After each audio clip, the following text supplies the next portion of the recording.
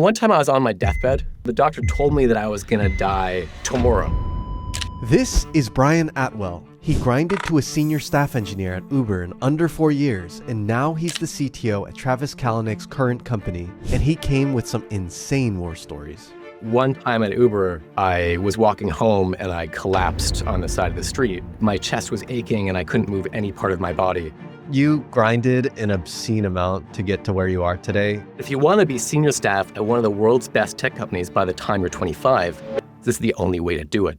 He also dropped brutally honest takes about how big tech actually works.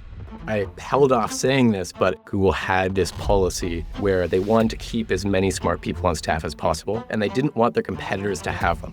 He had a run-in with Steve Jobs that didn't go how he hoped. Like, I really made Steve Jobs think I was an idiot. And he also opened up about what it's like working directly with Travis Kalanick. He says, guys, the core problem here is that this is lazy. You're over-indexing on scope. It's uninsightful. You could do so much better. It's worth your time to do better. Why is this company so strict on privacy? We don't usually talk about it, but I talked to Travis about it, and he said I could give you a bit more than we've given anybody for. This was just the surface. Here's the full episode. Your career grew really quickly to senior staff at Uber. I mean, you got there in less than 4 years after graduating college. And I kind of want to go over the story of that. So what would you say are some of the top things and the highlights that led to your growth? If I think about it, probably the things that really helped a lot is that fairly shortly after graduation, I went to Uber. And early Uber was just a fantastic engineering firm, right? There's good people to learn from. They're very meritocratic, and they're growing, so there's lots of problems, right? They were, you don't have to be growing to have problems, but it is one way to have a lot of good problems to solve. And the other thing is that I care a lot about my team. You can't succeed if you're selfish in the long run. Doesn't work out, team sport. All right, so those kind of things are just natural and I got for free. But the things that I intentionally did is that I cultivated this tolerance of extreme pain. And pain tolerance early in your career, a lot of this is just work ethic. And if you plot engineers' career growth against how much work they do, it's like a linear relationship. It's at least linear. It's actually super linear for a lot of it because of the compounding effect of how much you work. And this is especially true because managers will only give the really valuable work, the really strategic, the technical, the kind of things that helps you with your career once you've already proven you're good at it. And sometimes you just got to go and you got to make time to learn that yourself. So I do think that pushing really hard early on does have outsized returns. I actually don't totally buy that means you should stop after, because there's always like more levels you can grow, right? There's also levels that haven't been invented yet. So you could do that. But certainly this is something that I thought about early on. Like when I joined Uber, I was very aware that I had more time than I'd ever have in my future. And that if I was going to invest in growing, this would be the easiest time to do it. It sounds like you grinded an obscene amount to get to where you are today, or to kind of grow as much as you did. And I'm curious, like looking back, was it worth it? You know, one time I was on my deathbed and the doctor told me that I was going to die tomorrow. And I was sitting there thinking like, damn, I'm going to die. That sucks. I haven't accomplished anything yet. There's like so much stuff professionally I want to do, right? So that expression of like, you're never going to think about wanting to spend more time on the office in a deathbed, it's not true. Right? Like I went back when they found out they messed up my medication. I worked harder than ever. And yeah, I totally overdid it sometimes. But the times that I pushed really hard, they were fun. They were like being in a soccer game where you're tied until the last minute and then you score or somebody else scores, your team wins. And it was painful, but you look back on your head and you're like, that was great. So when you were on your deathbed, you weren't saying, oh, I have regrets that, I didn't travel more, do that. Your regret was, I wish I worked harder. Yeah, it actually was. Yeah. Yeah. I was like, shit, I'm going to die. Oh, I was really looking forward to building some cool stuff. I was really looking forward to that. And then I got out and I was on an internship and I went back to work the next week and I just worked harder. Well, so everyone has a breaking point. Obviously, you can't work, 168 hours a week. Where is that breaking point for you? And like, how do you know when you're working too much? I think the best way to know, I have an hours number in my head, but that's less useful. The way that I know is if I start to get a little grumpy. Like let's say that I work a few weeks without taking any day off, I'll start to get a little bit grumpy. I'll be less patient with people. And I'm in management, so I really have to be patient. So that's that. When that starts to happen, usually my partner will tell me, and I'm like, oh yeah, of course. I haven't taken a day off in weeks, right? This is me catching it earlier than when I was younger, right? Like one time at Uber, I was walking home and I collapsed on the side of the street.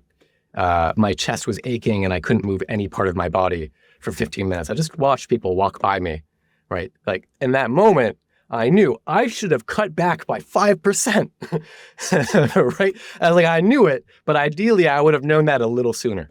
Did you go to the doctor after that, or like, what was that? Yeah, I did, and there was nothing where they were like, I don't know, you're too anxious, you're working too much. If you don't take time off, and just like every moment of your waking day is trying to do really high quality work, your anxiety levels go up over time. It's the same reason that like professional athletes are really intense. They're training all the time, but they are conscious about taking time off to let themselves, their body, their mind regenerate.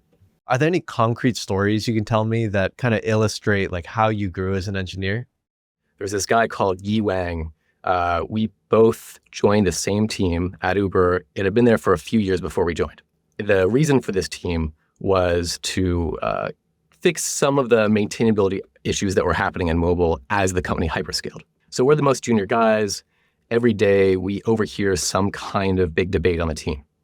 Like we'd hear, hey, should we use Arc's Java streams emitted from this library? Would that make a lot of these issues go away? Or should we use some other more conventional type of multi-thread work distribution system? Should we do something else? And I overhear people use their experience to prune out the worst options, right? That was like fairly easy. And then picking the best option was a bit more subjective.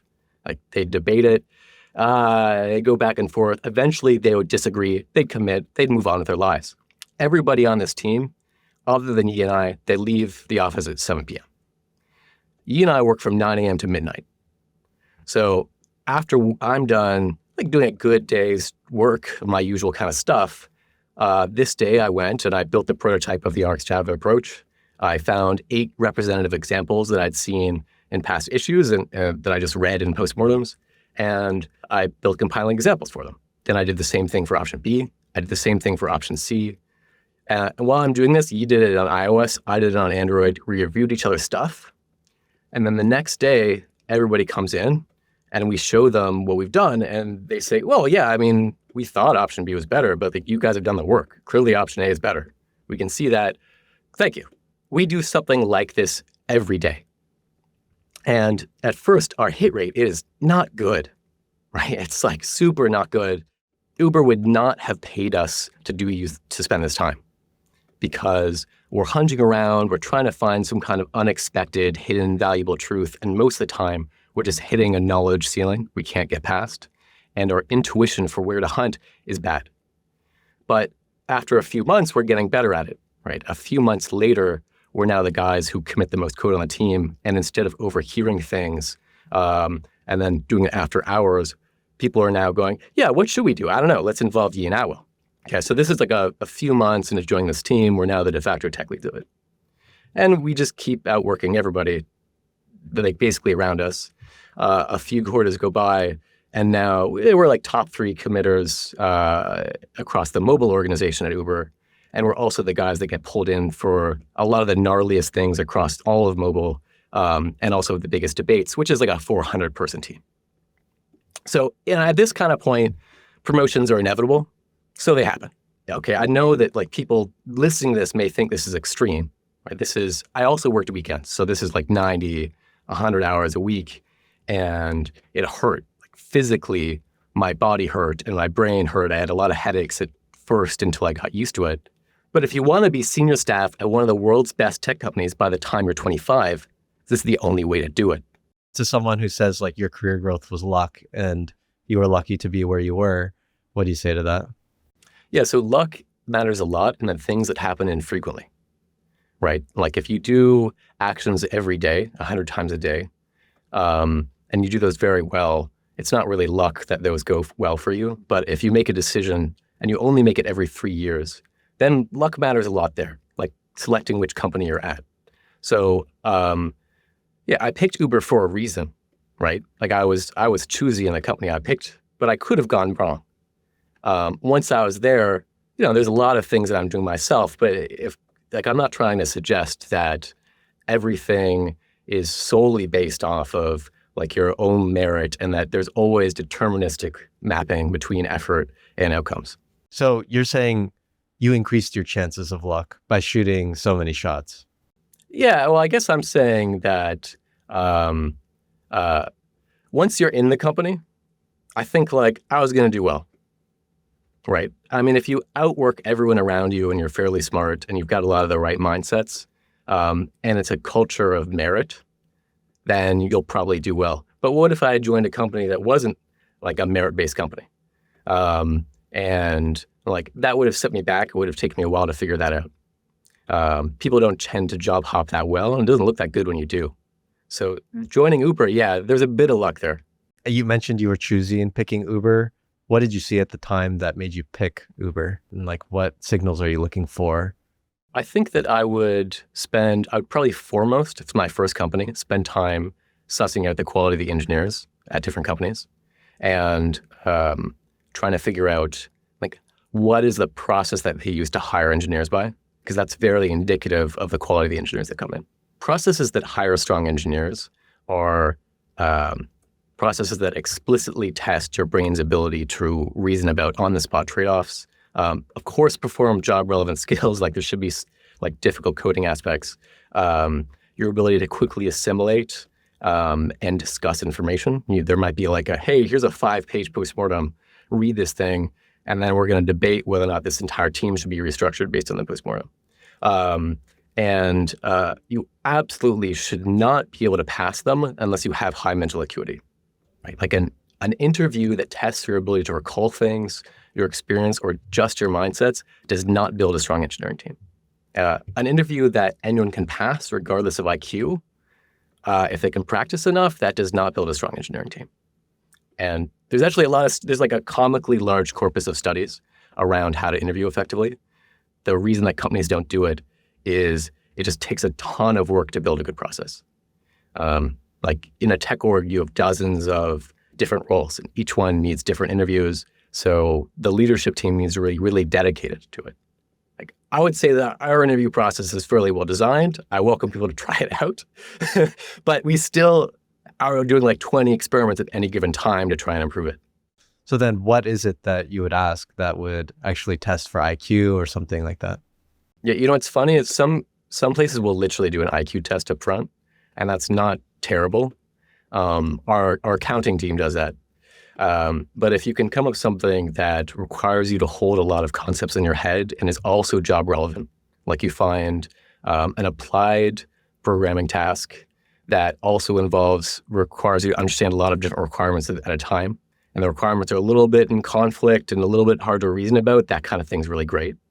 That postmortem example, right? Like read a 5-page postmortem and then just read the whole thing in like 5 minutes and then discuss what are the structural problems with the team, where one part of the postmortem says something and another part maybe conflicts with it 3 pages down, is the kind of thing that most people and also ChatGPT cannot get anywhere close to doing. Interesting. So it sounds like you're saying that if someone's IQ is higher, their job performance will be higher. Yeah, I mean, this is like one of the most well-researched results in applied psychology. But the reason you don't notice it as much when you're at great tech companies is that everybody that gets in is usually fairly smart already. There's not a lot of differentiation between the performance of people on your team based just on IQ, because all of them are already like 1 or 2 standard deviations above the norm. But like that is sure as hell filtering out people who are, below the median before they get in. So then how do you filter among the people that are already like 1 to 2 standard deviations above? There's a bit of like, how do you design problems that are, they're not just mentally straining, they're a combination of mentally straining and experience and like relevant skills, which shows, okay, are they sharp and have they mastered it and can they apply it? Some people will be stronger when they join. There is no interview process that has an R value of 1.0. Right? No interview process in the world is 100% predictive on the job performance. Not yet. Maybe we'll figure it out, Ryan, but I can tell you that I and no company yet in the world has it. Well, it's interesting that you say IQ correlates with on-the-job performance. I'm actually very seriously considering just slapping an IQ test in front of some of my interviews. Because, it's actually a very honest, it's part of why leak code is a thing. Right? Like leak code is not that related to the kind of work that you do, but it's like kind of tricky. So it just gets how good people are at like tricky abstract reasoning. And it's like, but the problem is it's so gameable that you can just practice leak code. IQ tests, you can't practice it. I don't know, maybe just slap it in front. I'm going to try it. I'll probably try it for PMs first because they're harder to interview generally. And also like the pass rate for my interview bar that I've defined for PMs is like super low. And I'm just annoyed that I have to keep interviewing them. So I'm like, maybe I'm going to slap an IQ test in there and save some time. Why is interviewing PMs harder than interviewing software engineers? So some aspects of it are very hard skill oriented. Those are very testable. A lot of the issue is, okay, yes, there's soft skills, but it's also that this role is generally less well-defined than the engineering role. It's incredibly well-faceted. There also is not such a thing as school for PMs. PMs are different across different disciplines, like software versus non-software PMs. The discipline is younger. So there just haven't been as much thought put into how to interview them very well. We ended up having to do like a whole rethink of what is a world-class PM. We interviewed CEOs from a variety of companies to get their take on it. And we like wrote it down and then we designed an interview process. And it's like completely different than other companies do it. And I think it's good. But it just showed like how little I could borrow from. And look, other companies have interviews. Like Meta's PM interview, it's pretty good. I think it could be way better. With what? Like slap an IQ test? Well, actually, it probably wouldn't hurt. If you slapped an IQ test in front of the PM interview process, it wouldn't help differentiate between the like excellent and super excellent, but it would help weed out people very early. And then you could spend more time differentiating between the good versus excellent in the rest of your process. And when I talk to places that do IQ tests, because it's not that uncommon at places that have very high standards to do something like this, it is always in the screen stage. It's always just let's filter people out to save them time and us time. I see. Oh, you're saying some other companies do run IQ tests? Yeah, they do. Yeah. I don't think there's that many though. I think this is certainly a move. I always hear the common take is that it really doesn't matter how smart you are past a certain point. It matters more, how hard you work or your ability to choose impactful work and work in a team, etc. What would you say to that?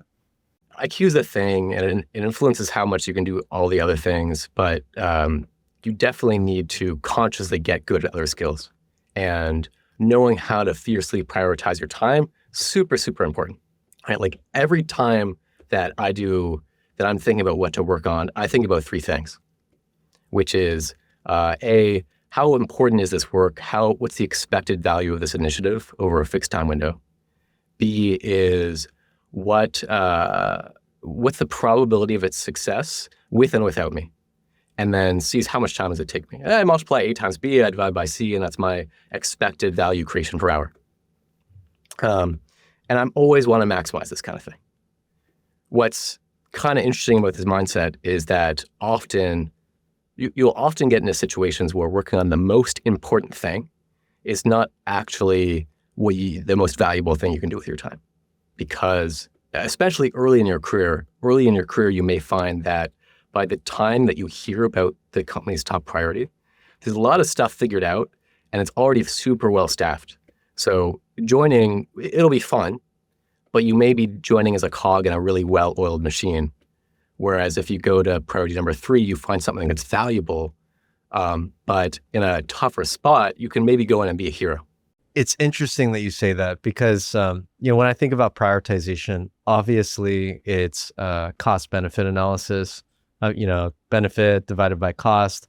the thing that I think is interesting is that second term where you were saying that what's the probability of it succeeding with and without you? Can you explain that a little more? Yeah, I mean, this is harder. I think getting good at estimating expected value is already a very difficult thing. And then figuring out like how to kind of create uplift is even harder. But at early stages, it will often be like, let's say you're fresh out of college. At that point, it's often fairly easy. It's just what is not going to be staffed that's important. And then as you get a little bit further, it's what are the things that you're uniquely good at, and where does that match with something that's valuable? And you can kind of do some fuzzy math, but it's never going to be 3 significant figures of precision. Yeah, I'm kind of curious about that expected value calculation as well. Like how do you recommend developing that? What's important to figure out in determining the benefit? Yeah.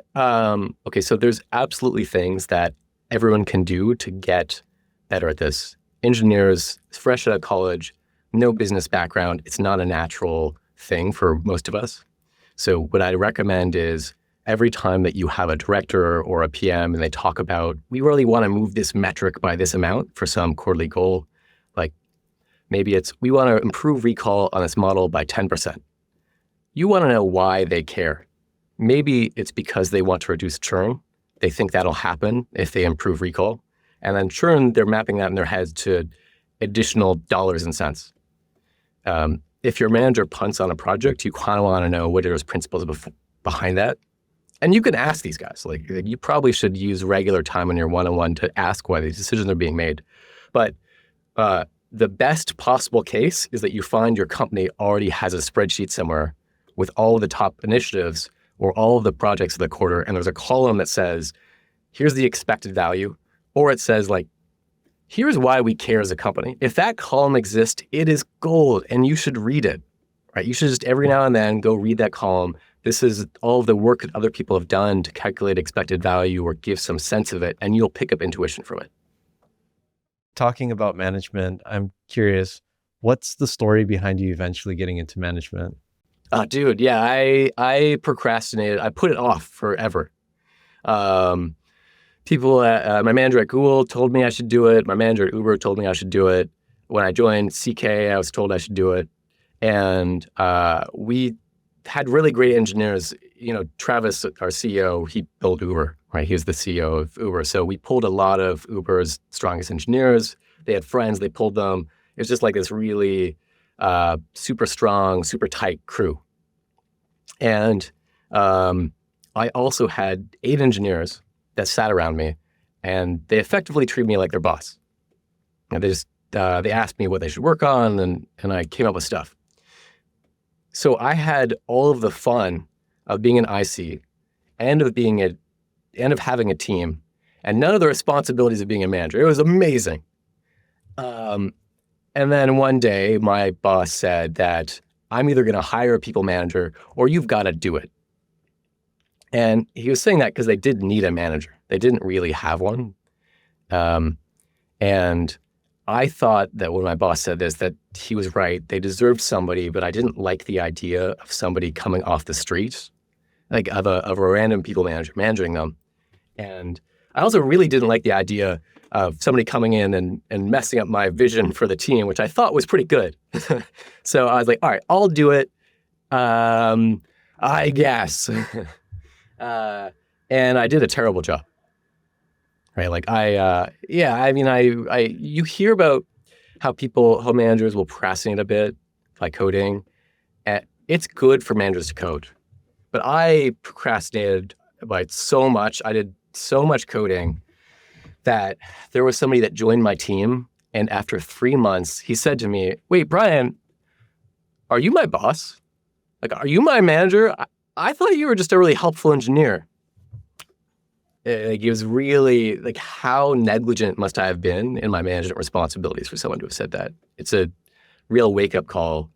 So after that, I stopped procrastinating so much on these things. I got better at picking up the management fundamentals.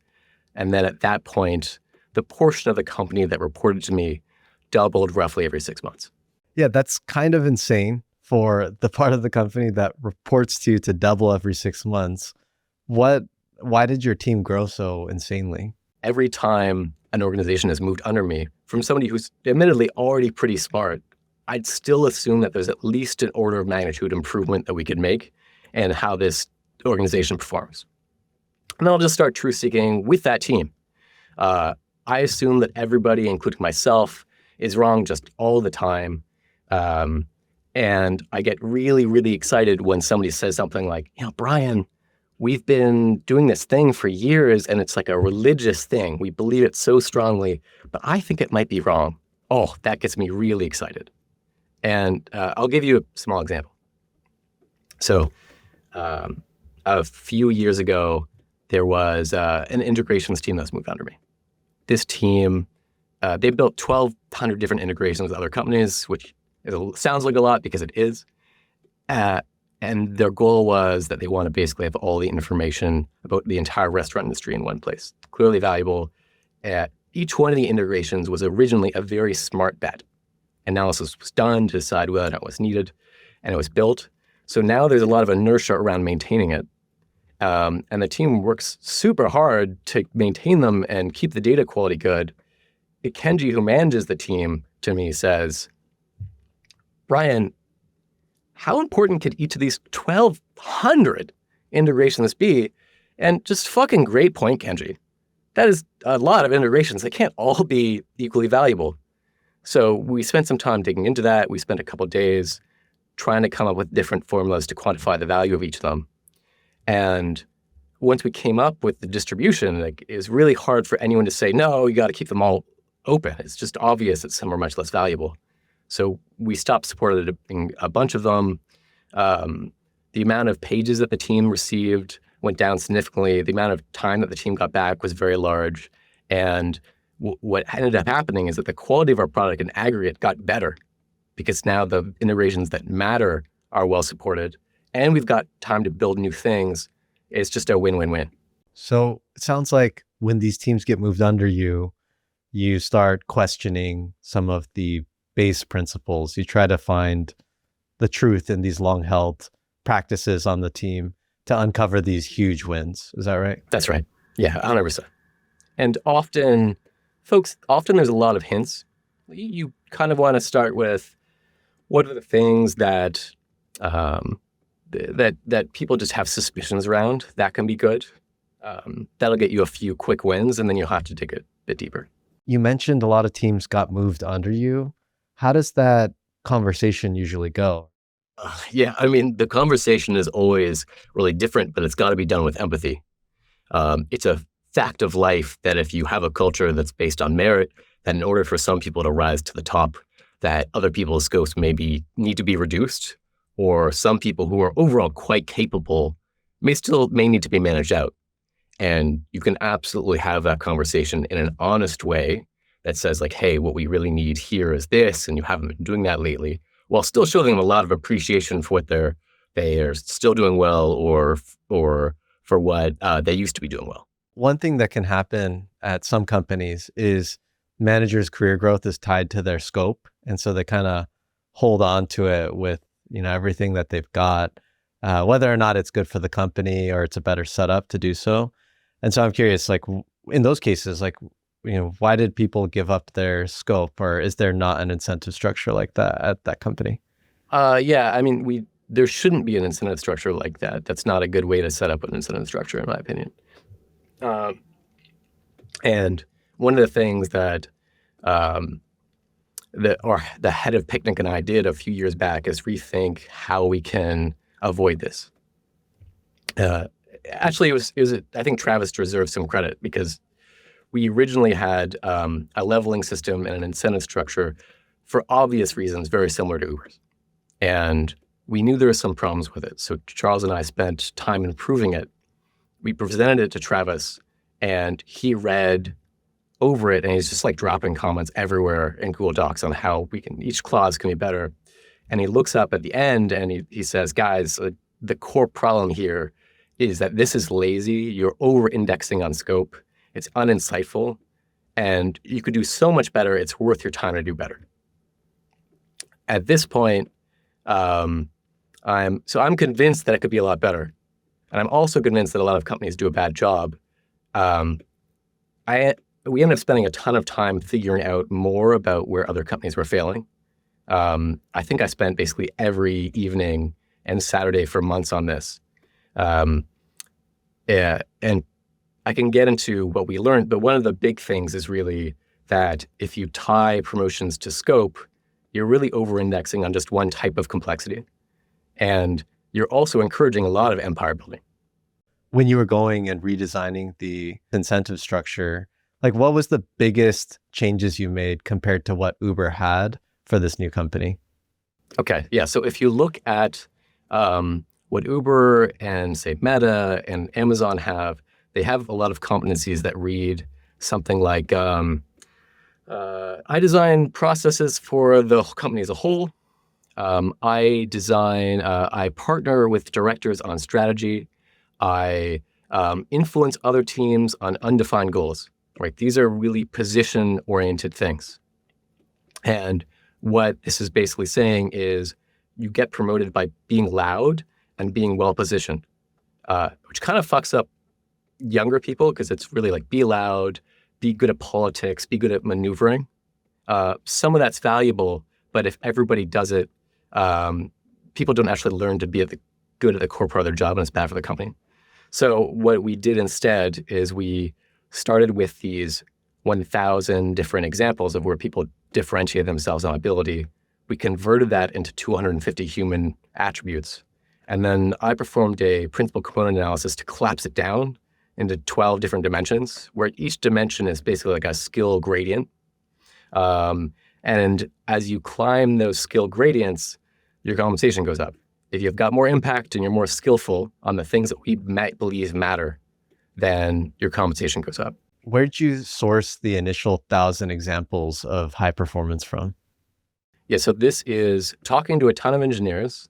There's like 12 books that I read. I also looked through years of our calibration notes. Every time we do quarterly calibration, we'll talk about why this engineer did well. So I just scraped all of that out and then wrote them all down, and this is about 1,000. I made certain that they're all things that I knew personally had actually happened. They weren't bullshit. Otherwise, you could get into a situation where the skill gradient is bullshit at the high levels, right? It's like just an unachievable dream. What are the biggest attributes that differ from well-known ladders? Because everyone who works at these big tech companies kind of knows the existing. So what are the things that you introduced that are different because of this analysis? Yeah, I think the probably main difference is this emphasis on truth seeking and like how you perform very well instead of what you perform very well. Right? If you look at, I think Meta's leveling guide, it'll say you have to be able to like influence other teams at E6 with good ideas. And in our ladder, we'll say something like, you have to be right most of the time when questioning a foundational engineering and product decision or industry norm. And it's not so much about convincing people, it's how good are you at actually getting good ideas. And there's a separate competency on how good you are at communicating ideas, which we define what good looks like. Instead of just saying it's about like this social proof thing. I see. But then how do you determine if it's good communication or not? You give a lot of examples, right? In your document where you define these things, you say, okay, here's the verbal description of what it means. And here's a few examples. And then when engineers are scoring themselves, they can kind of look at the examples and go, well, I mean, if I'm being honest, was I that good? Right? If I look at this artifact, does it stand up to that?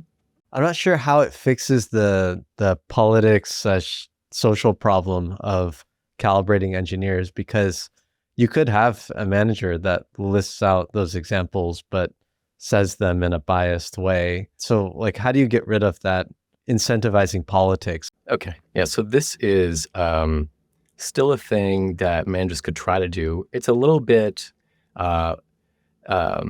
the kinds of things that they would posture around would be different though, right? Like the engineers aren't going to spend as much time trying to figure out how do I like design company-wide processes, say, or like explicitly influencing other teams is not necessarily the goal anymore.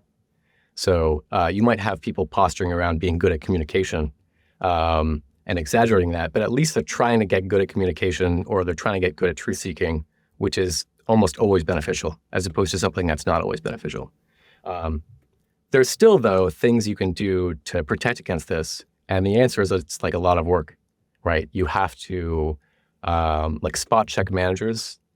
And if you find them exaggerating, you have to fire them. Easier said than done. I'm curious, like how... Is it? Well, I mean, I don't know. Who wants a liar in their team? there was someone else that I had on before, and he said, that's a big problem in management, is it's someone who is bad for some reason, but is well-liked. They're one of the biggest problems because it's difficult to fire them. What would you say to that? Yeah, it's funny because I do hear this, but I don't think that it's really true, right? Like it feels very difficult to fire them if you're a frontline manager because you like them and you see kind of the social bonds, but often there's a bit of simmering resentment about that person. The people on the team who are working hard, they're like, yeah, man, Joe's so great, but why the fuck did he just go home at 2 p.m.? Like, why am I working at 6 p.m.? I feel like a chump, right? So if you remove this person, immediately it may feel bad, but a month later, the whole team will be happier. You've mentioned truth seeking a lot in this new ladder, and I'm kind of curious, like, how do you prove truth seeking? Like, how do you give examples of someone that did that well? Yeah, I mean, a lot of it is, have you uncovered something that that is like highly unconventional? And there's a bunch of different dimensions that could result in that. Like, oh, it was actually in plain sight for a while and nobody found it, even though it's highly valuable. It's sort of a signal. Or is it different than what every other company does, but because our constraints are different, it's beneficial to go against the grain. Like there's a bunch of different dimensions that result in truth seeking being difficult that you can latch onto. And then there is a bit of subjectivity. There's not like, you do have to kind of write it down and then calibrate managers on how to score these things. It's not as easy as counting PR stats is, but we all know that that's not a great way to judge engineers. Yeah. Well, a lot of companies have some sort of measure of like directional contribution. Like, how did you change the direction of everyone based on your contributions? And that sounds very similar to truth seeking here. Yeah, I mean, it's not like these are the way that tech companies have designed their leveling frameworks and their incentive structures are not completely broken. And in many ways, they're just way better than what exists in the like Dilbert-esque era of the 1980s. There's some ways, and they've been actually, I think, kind of nicely designed to reward you once you get into a specific position. And they're very good at rewarding you once outcomes are achieved. They're a little bit less about the leading indicators, but you're not going to get wildly different results. You'll just make it a little harder for some people and a little easier for some other people. Yeah, one thing I'm curious about, because like a lot of tech companies, they incentivize the result, not necessarily the thing that happens before the result. And so, yeah, is there a case where you could have an engineer does a phenomenal job on something that gets deprioritized and they would still get rewarded? Oh, yeah, of course. Yeah. Oh, okay. Maybe if you're like at the highest level, you should have the business savvy to know that it's not going to be. But if you do phenomenal work towards a project and for no reason related to you, this thing gets canceled, you've still done phenomenal work and we can still measure that you've been doing phenomenal work and reward you for that. It's kind of on our fault as leaders that it got canceled so late. One thing I'm curious about is, and I think companies like Amazon are famous for, not really rewarding the high performers that much. And I was curious to ask you, because you've worked on company design for a while now, or engineering organization design, is like, why do these companies not reward their highest performers?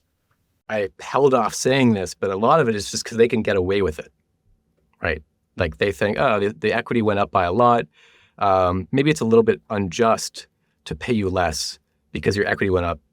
I think it's unjust. That's basically your investment. You got a good investment result. It shouldn't factor into future decisions. but they can get away with doing it because people are mostly happy. They got a lot of appreciation. We actually made a point of not doing that earlier on. And I just think if you design your company processes around being just, it's going to be better for you in the long run, but you kind of just got to believe that. We've been talking a lot about big tech, and I know you started off at Google, and I'm kind of curious, like, what was that like, or what did you get from starting at Google? I think the main thing that I got from working at Google is I got like a real deep-seated skepticism for how well tech companies are run. All right, so I joined Google, and in my first week, I see there's a guy on my team, doesn't do any work. And let's call him Frank. Right? And I talked to my manager about it. I'm like, what's the deal with Frank, yo? That's not how I talked, but you get the point. And my boss says, yeah, I know, but he's such a nice guy, Brian. So just lay off. I talked to my engineering director shortly after this, and I say the same thing. He is a little bit embarrassed. Like, he knows that there's something off about having people that don't do work, but he repeats the same thing, which is that, Brian, this guy's a really great guy and everybody likes him. I actually complained a lot about it, and I can't prove anything, but he was eventually moved off my team onto a team where no one would complain because no one on the team did any work. The team was just like, they're building demos for the gift shop or something like that. So what you got from that is that like that's a Google problem, and that he should have been fired. Yeah, absolutely. Or yeah, he should have been fired, or there should have been a serious conversation, right? I mean, like, so you've been here for a while, you've done good work, we're still paying you. Like, could you do work again? Right? You can't expect us to keep paying you if you don't. And then he might have gotten back into it. Why do you think that hard conversation wasn't had at Google? I mean, so there is something Google specific that exists there, which I can get back to. But generally at large companies, the performance of the company is fairly decoupled from the performance of individual teams. So it does become easier for this kind of thing to happen, for managers to do things that are convenient for themselves, even if it hurts the company. But there's also this natural thing that happens at companies of any size where it takes a lot of energy to raise a standard. And it takes very little energy to lower it. Few people will complain if you suddenly ask everyone to do less work, which means if you have entropy in a system, standards will naturally fall over time until the company dies. It'll just keep going down until the company dies, or until some kind of trauma kicks it back into place, right? Like if you're at Google right now, the DeepMind team, oh, they're working hard, right? Like Google's like, Alphabet's like, oh, there's an existential threat to our existence. The DeepMind team better work hard now. I mean, 𝗪𝗶 will always lower the bar. And there was this thing at Google, which I cannot prove existed, but several managers at Google told me it. So I haven't seen it in writing, but like a VP and some managers told me it existed, that around a decade ago, Google had this policy where they wanted to keep as many smart people on staff as possible, even if they weren't working anymore, because maybe they'd work hard again in the future and they didn't want their competitors to have them. So that's just a super unique Google thing. I mean, that's kind of crazy. I don't know of any other company that's done that. I see. And do you think there's any merit in that kind of hiring strategy? No, because there's a lot of smart people in the world. I think it's fairly difficult to have a monopoly on intelligence. And now at this point, I'm kind of curious, like, what are you working on these days? And maybe we can talk about that a little. Yeah, okay. So it's fairly secret, and we don't usually talk about it with reporters because we're in stealth. But I talked to Travis about it, and he said I could give you a bit more than we've given anybody for. So I'll give you some stuff. I'll give you the whole thesis of the company. The core insight is that no one should cook their own food in a few decades. And no one should cook their own food. And we know that people don't want to, because when you look at places with lower costs of labor, like middle, upper class people, they don't cook anymore. Like, of course they don't. They choose to save 10 hours of their time a week and take it back. And if you look at the US, there's like Uber Eats, there's DoorDash. These things are fairly convenient. They offer some of that, but they're super expensive, so nobody can use them every day. If these things were way cheaper, though, that would work. And here's the second core insight, which is that there's a ton of avoidable waste in the food supply chain. So we're just kind of scratching the surface on this, but we've built robots that reduce labor costs in real restaurants by 50%.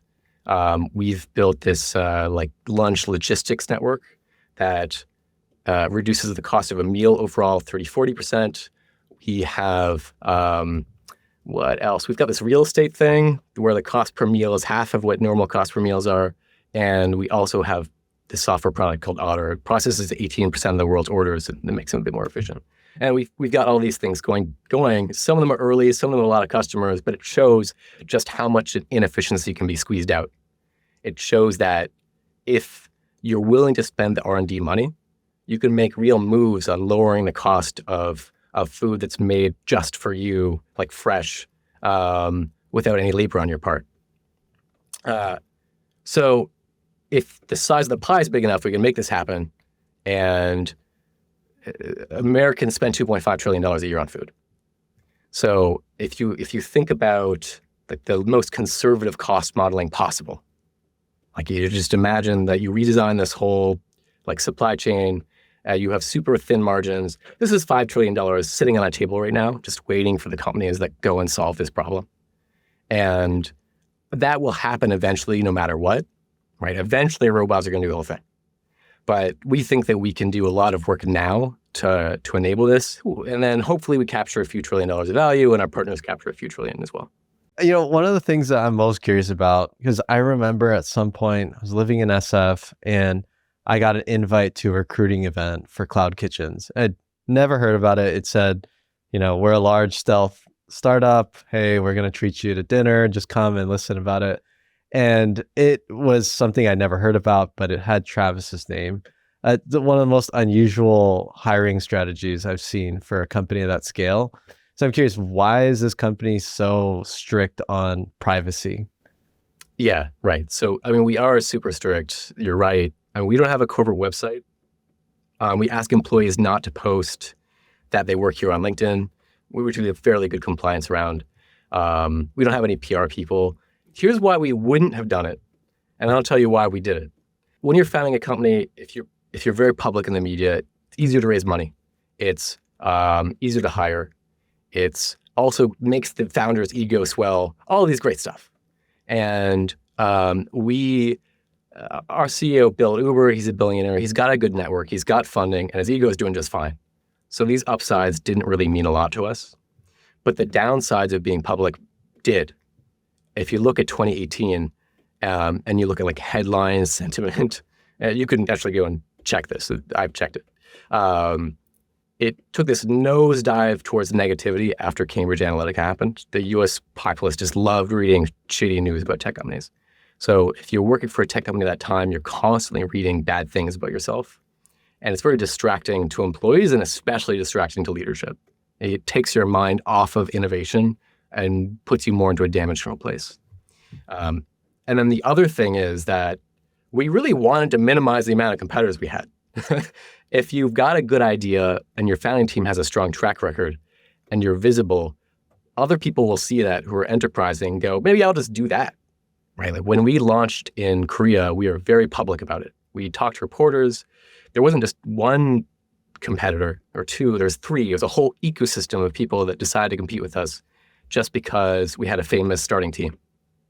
And then the same thing happened in the US where this company received $150 million. They got a vision fund investment, even though they had very little going on for them.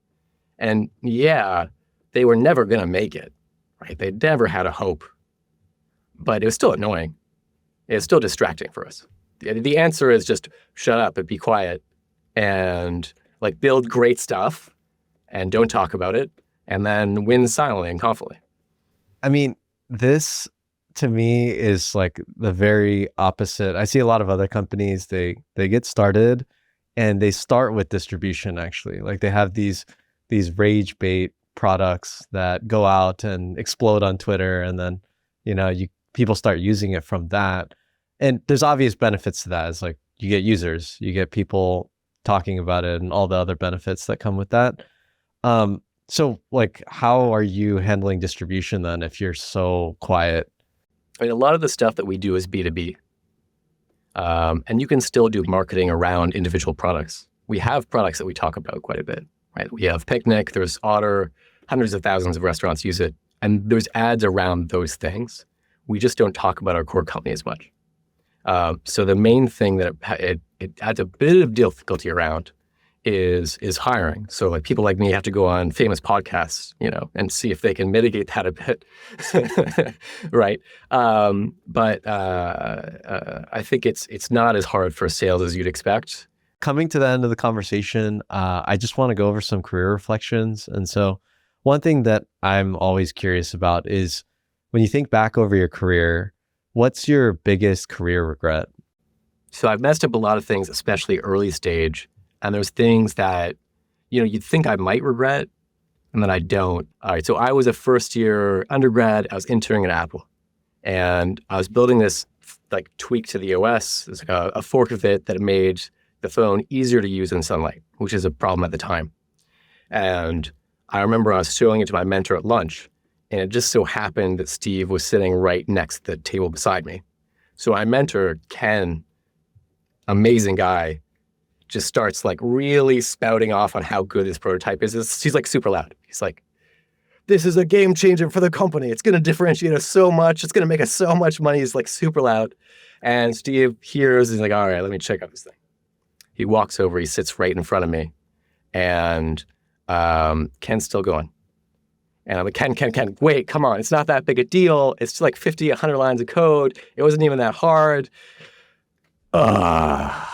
Steve like sighs. You could see his wide eyes sit down. He rolls his eyes, and Ken's trying to win him back, but Steve just like walks away, right? He doesn't say anything. And at this point, Ken explains to me that just how badly I fucked up, right? Not only did you lose your chance to impress this industry icon, which is like, would be a story for your life, but also it's very likely that this thing that you've been working on will now never see the light of day because my team does not have funding for it. This is just a thing you're trying out, Brian. So by doing this, you've killed it. And the thing here is that I didn't know anything of a product, how to pitch it, and I was a really awkward 18, 19-year-old kid. So there's really very little chance that was ever going to go right. And even that night when I got home, I didn't feel too bad. I was just like, oh, I now know I'm an awkward kid and I should learn how to pitch better, I guess, right? That kind of thing I don't regret because I couldn't have done better. What I do regret is the places where I knew what I should do, where maybe I was just too uncomfortable communicating about it, or I was worried I'd do a bad job, so I didn't bother. Those are the kind of things I'm embarrassed about. And do you have a concrete example? I don't know if I have a concrete example that I can say without making people feel bad, but it's like, imagine you're making a decision and you're halfway through it, you realize it's the wrong thing, and you just kind of go with it. Maybe you're just 2 years in your career. That's a really easy thing to do. But you should be really honest. Be like, actually, guys, wait, I was way off, and now our product's off track. We can keep going forwards, but everyone on this team deserves to know that I made a mistake in case we want to go and correct it. Even not knowing whether or not we would have corrected it, I still look back on that and I'm like, that wasn't great. I should have been more honest. So the regret is, I guess, not seeking towards the truth. Like if you knew there was a problem in the middle of initiative to cut it, or at least share that we might want to reconsider. Yeah, that's right. And I think you kind of, I feel like you owe, even if you think you can't convince people, you owe them a bit of the benefit of the doubt that they're going to be receptive, they're going to hear you out. And it's you kind of have to try. If they ignore you, it's fine. If you're wrong, it's also very fine. But you should try, and you should get better at being able to communicate that kind of thing. You mentioned Travis earlier. I'm curious, do you have any interesting stories working directly with Travis? Yeah, no, I mean, I've got a lot, but here's what everybody knows about Travis Kalanick, intense polymath. What people don't know is like intense dad energy, right? We had this offsite where it was the senior engineering leaders and Travis. It's over the weekend, and we've got work sessions, and between them, Travis is just like having a blast teaching people how to play backgammon, and he's also almost like a world-class water skier. So he's coaching people how to water ski, and he's super patient with us, even those of us that are like pretty unathletic, which, let's be honest, we're engineers, so it's like most of us. He's pretty patient with like all of us that needed a lot of help. It sounds like you went to CloudKitchens from Uber in large part because Travis Kalanick was founding it. And I'm curious about picking companies based on the founder. And so in your case, like when you reflect on that, like, was that a good decision? Would you recommend that for others? Yeah, I think it can make a lot of sense for founder-led early stage companies, because these companies, a lot of what matters is what is their current positioning and what is their culture, and like what are their standards. And a lot of the 2 points there, they're just being set from the top at a company where you have somebody with that much control. And so if you got a really good person, it can be just a huge multiplier for the effectiveness of the company relative to others. And it also can go very much the other way if you don't have the right person in charge. You mentioned receiving advice from other people, and I'm curious, is there a single advice that impacted your career most? Okay, this is gold. I've got something. I had this computer science teacher in high school, and I would ask them a lot of questions, and every time I asked a question, their answer would be like, Brian, figure it out for yourself. and like, I actually I never learned whether or not it was because this was a good pedagogy or if they just didn't know the answer, right? It's possible they knew nothing about computer science, but it didn't really matter. It's very good advice because 95% of everything that you learn professionally is going to be self-directed learning. So you just got to get comfortable with that and accept that you always have to be learning and like pushing yourself to go kind of beyond the immediate area at which you're comfortable. Was there a top book that impacted your career? No. So instead, I'll give you kind of a cheesy answer for books that I'd recommend. If you are like a front engineer, I'd recommend you read How to Pass the System Design Interview. And if you're like an MLE or a backend, read something like How to Pass the PM Interview. What these books do is they're designed to help you cheese your way through an interview process, which is fine. But what's cool about them is that they are designed to give you a very broad and superficial understanding of a domain that you're not already very familiar with. And if you go and you do the exercises, you'll actually remember it. So it'll stick in your head, and then you will have a good ability to have productive conversations with people that are in other roles than you. And that's very valuable. It'll also give you some foundation to learn stuff in that domain. If you could go back to yourself when you just entered the industry and give advice to yourself, what would you say? I'd probably say younger self, be more courageous and less embarrassed. You're going to fail a lot and it's fine. That's easier said than done. Like, I feel like embarrassment is like, you just feel it. Yeah, I know. I mean, but this would be the opening 2 sentences before a larger conversation about how to search your own feelings and understand them. Maybe it would actually be, Brian, you should go to therapy. That might also be good advice. I think it's generally helpful to be more in touch with your own emotions for your own sake, and it helps you relate with other people better. Cool. All right. Well, yeah, thank you so much for your time today. I really appreciate it, Brian. Yeah, it's fun, Ryan. Thanks for listening to the podcast. I don't sell anything or do sponsorships, but if you want to help out with the podcast, you can support by engaging with the content on YouTube or on Spotify. If you want to drop a review, that'll be super helpful. And if there's any guests that you want to bring on to, please let me know. I feel like sourcing very senior ICs, there's no well-studied list out there on Google that I can just search this up. So if there's someone in your org or at your company who you really look up to and you want to hear their career story, let me know and I'll reach out to them.